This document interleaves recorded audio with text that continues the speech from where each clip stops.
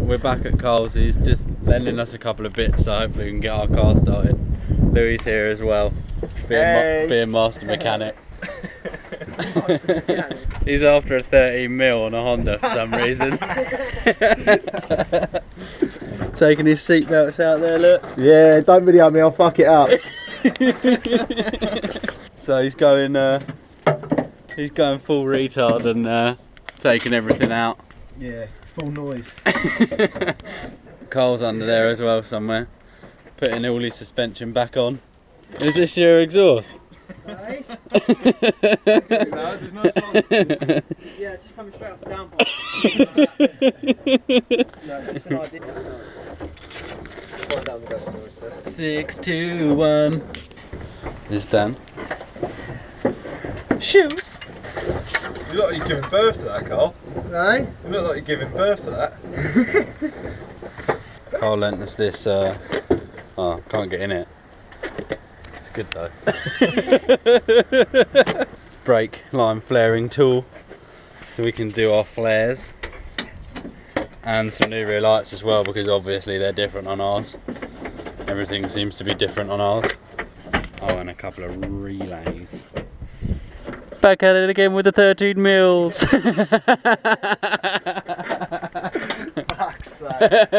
Well, we're finally here. We've been seeing Carl, got a couple of bits that we needed, pissed about for a bit. We had to go and download the K-Pro program, so Rob's done that.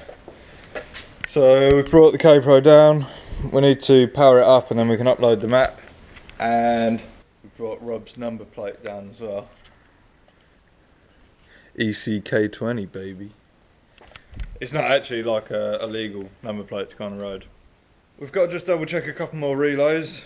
Once we've done that, we're going to put the charge harness on somehow, power it up, upload the map to the ECU, and then we're ready to go.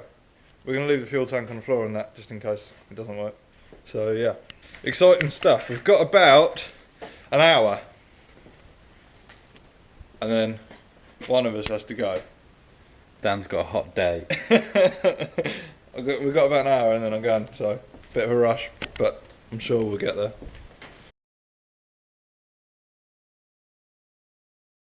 Got the intro. Do. That's the intro. Done. Dusted. Today we've got down here early. Mark's meeting us down here in a couple of minutes. We're loading up the car and it's off to Solid Fab. So we haven't been able to start it yet. So yeah, we're going off to Solid Fab to see Alan. Might leave that bit out in case I get the name wrong. They're going to do us an exhaust. I think we're going to go 2.5 inch, 2 silencers, and then an intake pipe as well, 3-inch intake, which is going to run across the front of the engine bay and into where the washer bottles should go. Oh, we're running. Right, so these two knobs asked me to be here for 8. They haven't even got the fucking wheels on yet. Dan just, I don't know what he's doing, look at him. Rob just decides to put the rad in. Now they're taking the fuel tank out. Don't scratch it. Tank's out, bro. I haven't got the rear wheels on yet. Look how good their wiring is though. How nice is that? I think Dan's even been sleeping in it. The duvet's still here. There's some old messy boxes in there as well. So we're nearly ready. Radiator's back in. Rob put the radiator back in. Ready. That's good. Ready ages ago. Mark's having a moan. Yeah, radiator's back in. So the idea when we get there, the intake pipe's going to come straight across and down through that hole. We're not having a washer bottle because that's for guys. Whoa! It's kind of together. We're all loaded up, on our way. I'll tell you the time, but the clock doesn't work. It is 9 AM exactly. So we're an hour late. We are a little bit late. Unfortunately, I have to sit next to this retard. Who, Mark?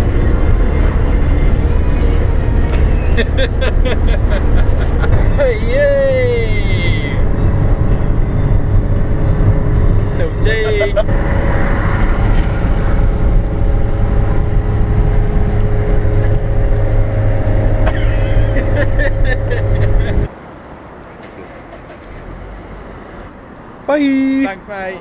Cheers. See you later.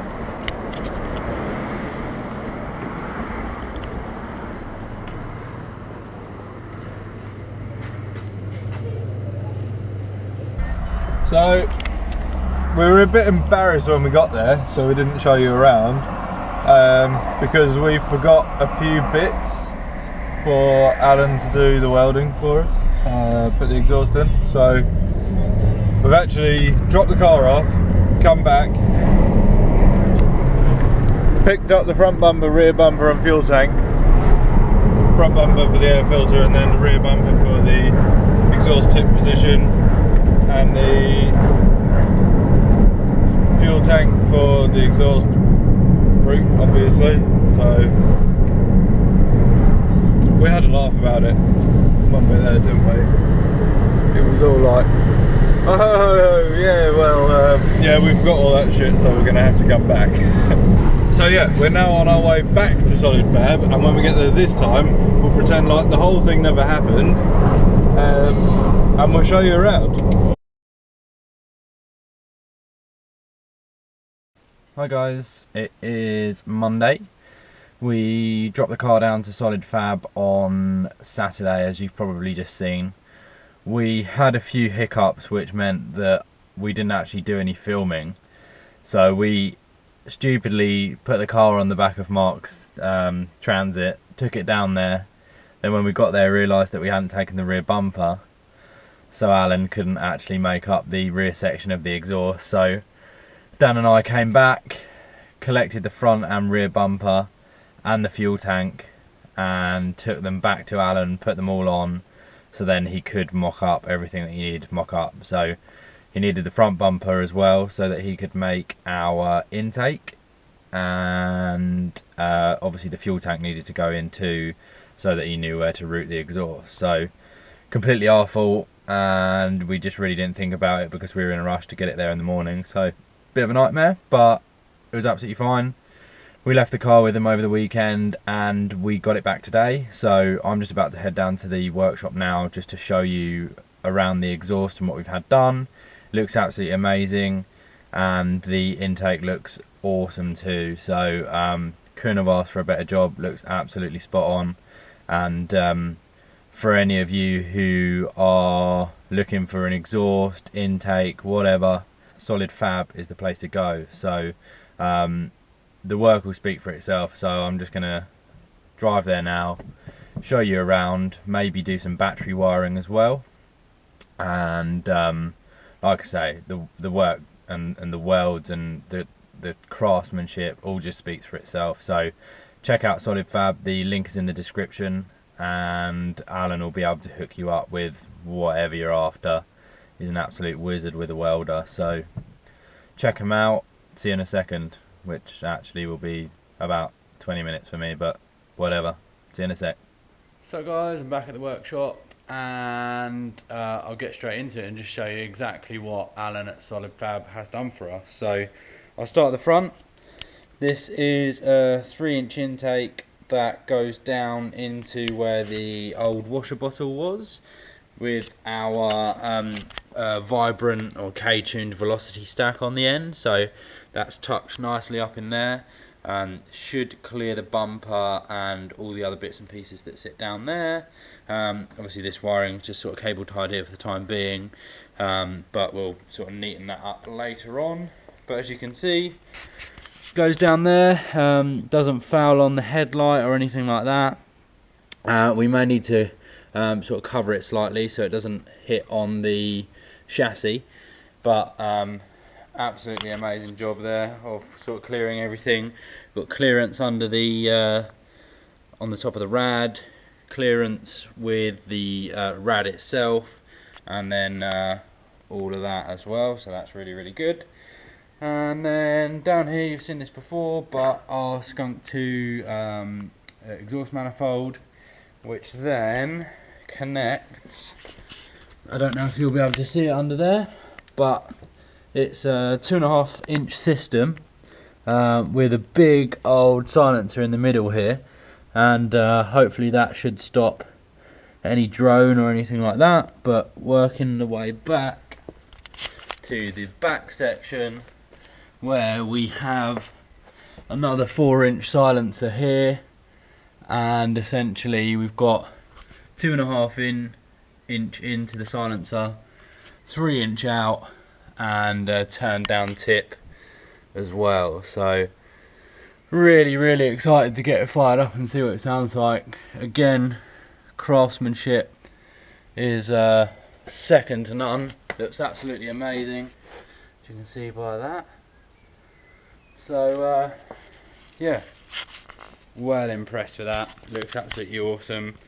I'm just gonna do a couple of bits now, try and get the battery wiring sorted, hoover out the inside because it's an absolute mess, maybe mock up the wings and the front bumper.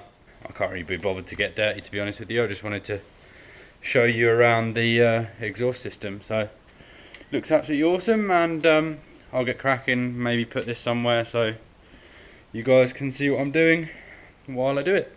I've just taken the seat out so I could give it a bit of a hoover because it was pretty messy in here. As you can see, it is a total mess. Now, I don't know if I ever got good shots of the battery, but that's mounted just behind the seat. Obviously these fuel lines are just here. We had to put the fuel tank up, as I said earlier, so Alan could sort of route the exhaust around it, so that will be coming back out again.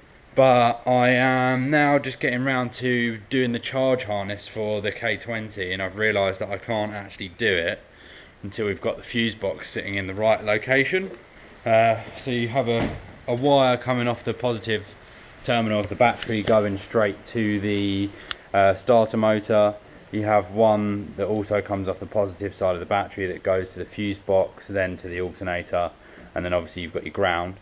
The ground I've made up, and the other two I can't do until the fuse box is in the right place, which we think we're going to put in the glove box. So I think that's a job for the weekend. We're going to switch it around a bit. Currently the fuse box is sat here, and obviously it needs to be over this side, so I can't do that just yet, which is a tad annoying. I'm off now. It's been short but sweet. Decided to give up with the battery wiring because it was gonna, well, it needs a bit more thought than I first imagined, to be quite honest with you. So I'm gonna leave that until the weekend. We can sort out all the wiring inside, and then once we've done that, we should be able to get the charge harness sorted out. So car sits like this at the moment. So starting to look a bit more complete.